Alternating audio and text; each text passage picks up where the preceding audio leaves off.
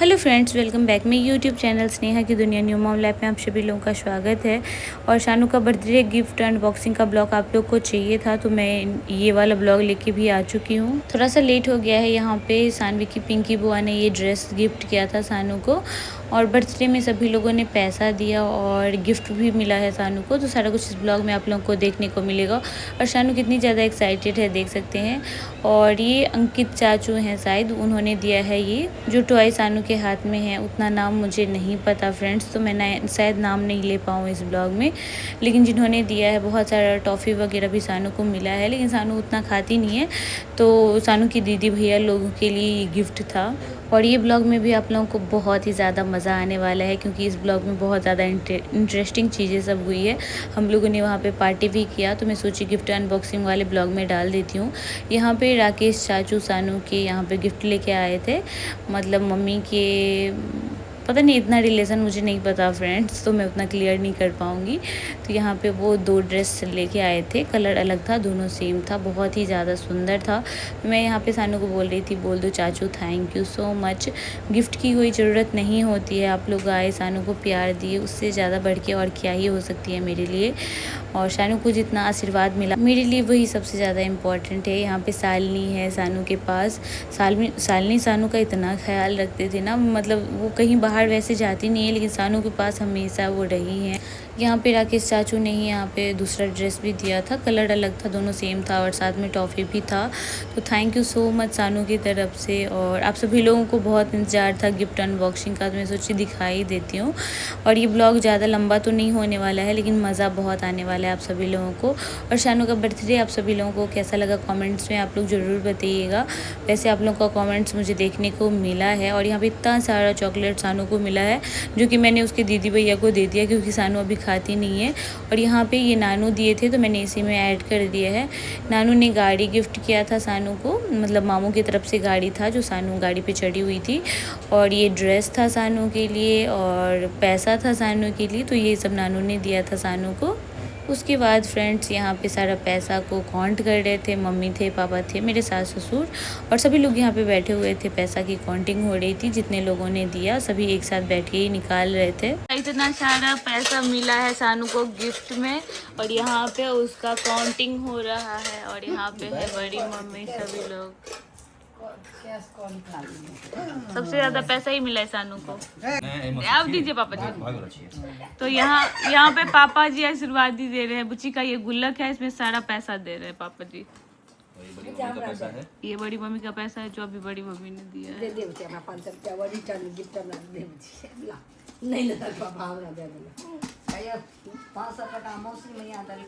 हाँ, 500 रुपया बुआ भी दी है।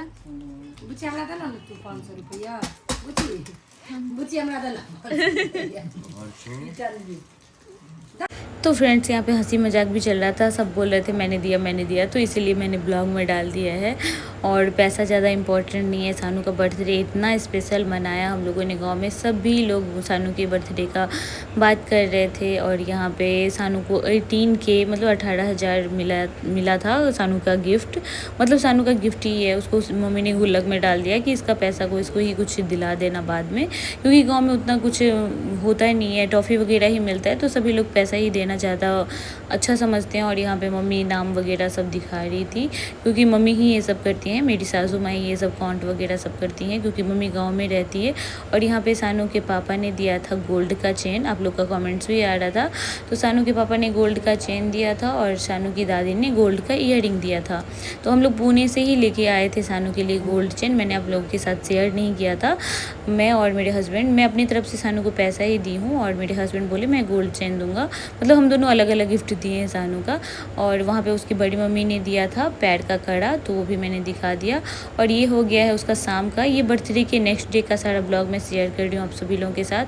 यहाँ पे आज भी मटन बन रहा था 3 kg, और बाहर का एक आदमी हम लोगों ने हलवाई को ही रख लिया था, क्योंकि घर में लोग सब थे और मटन वगैरह बनाना था। तो आप लोग का ये भी कमेंट्स आ रहा था कि सावन में नॉनवेज खाते हैं आपके यहाँ, तो सभी लोग खाए हैं, 1-2 लोग ही गिने चुने नहीं खाए हैं, नहीं तो सारे लोग मटन खाए हैं। वैसे मेन्यू में था मटर पनीर भी था, कि जो मटन नहीं खाएगा उसके लिए मटर पनीर था, दाल फ्राई था, मिक्स वेज था, बहुत सारी चीज़ें थी फ्रेंड्स।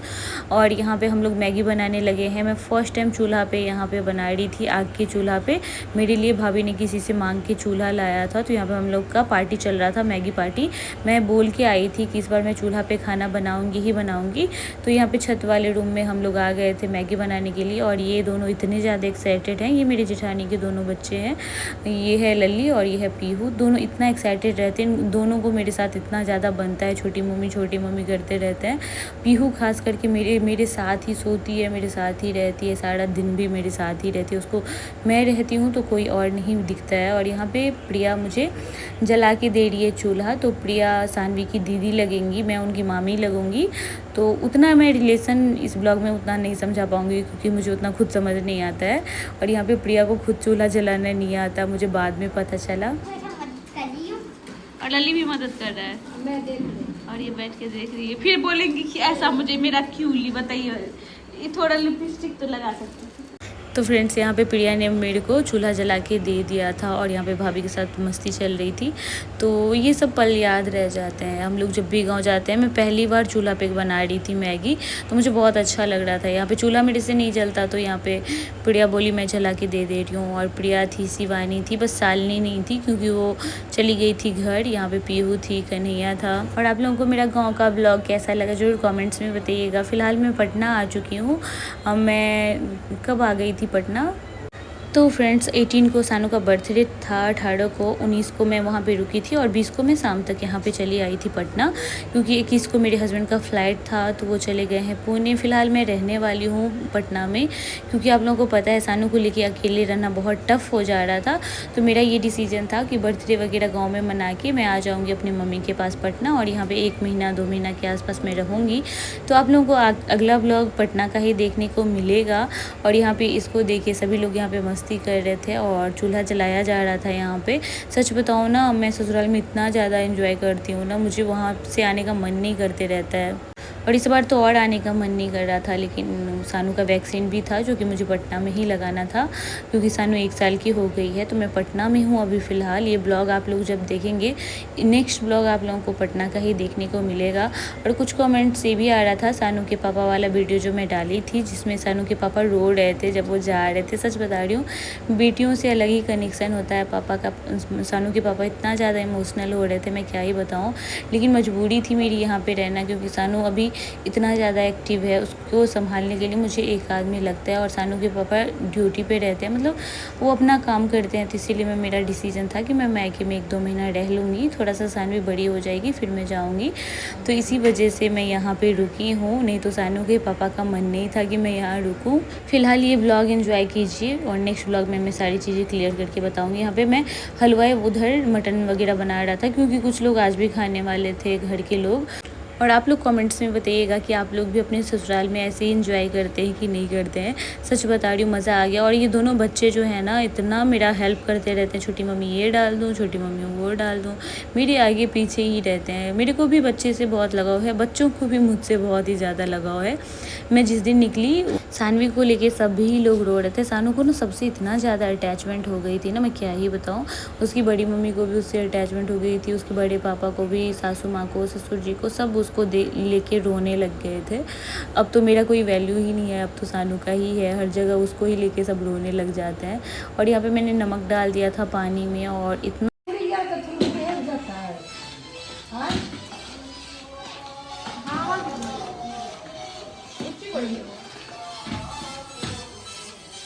लल्ला क्या कर रहा है तुम मोबाइल में?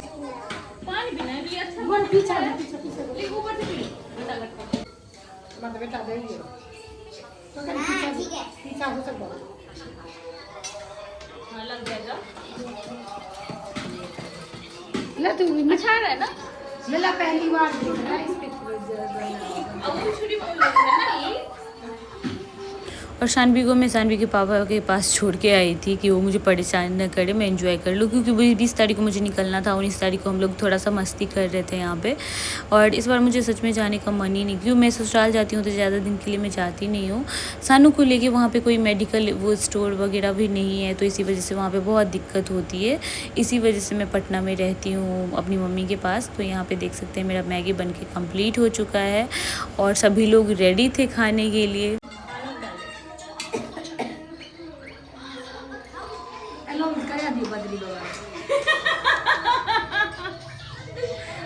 बना रही है तो मैं घूंघट इसलिए की हूँ क्योंकि मेरे जेट्स इधर आते हैं।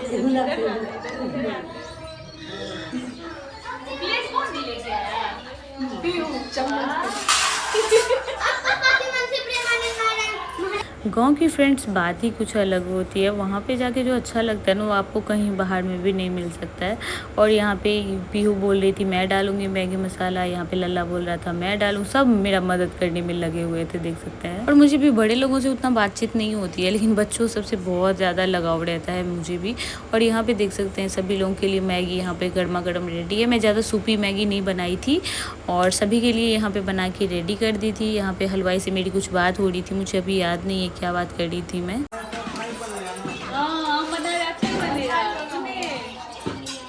अभी हो गया ये, हो गया। हमने पॉसिबल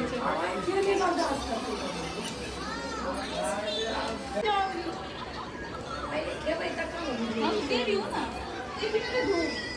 एक चम्मच वो भी फटा हुआ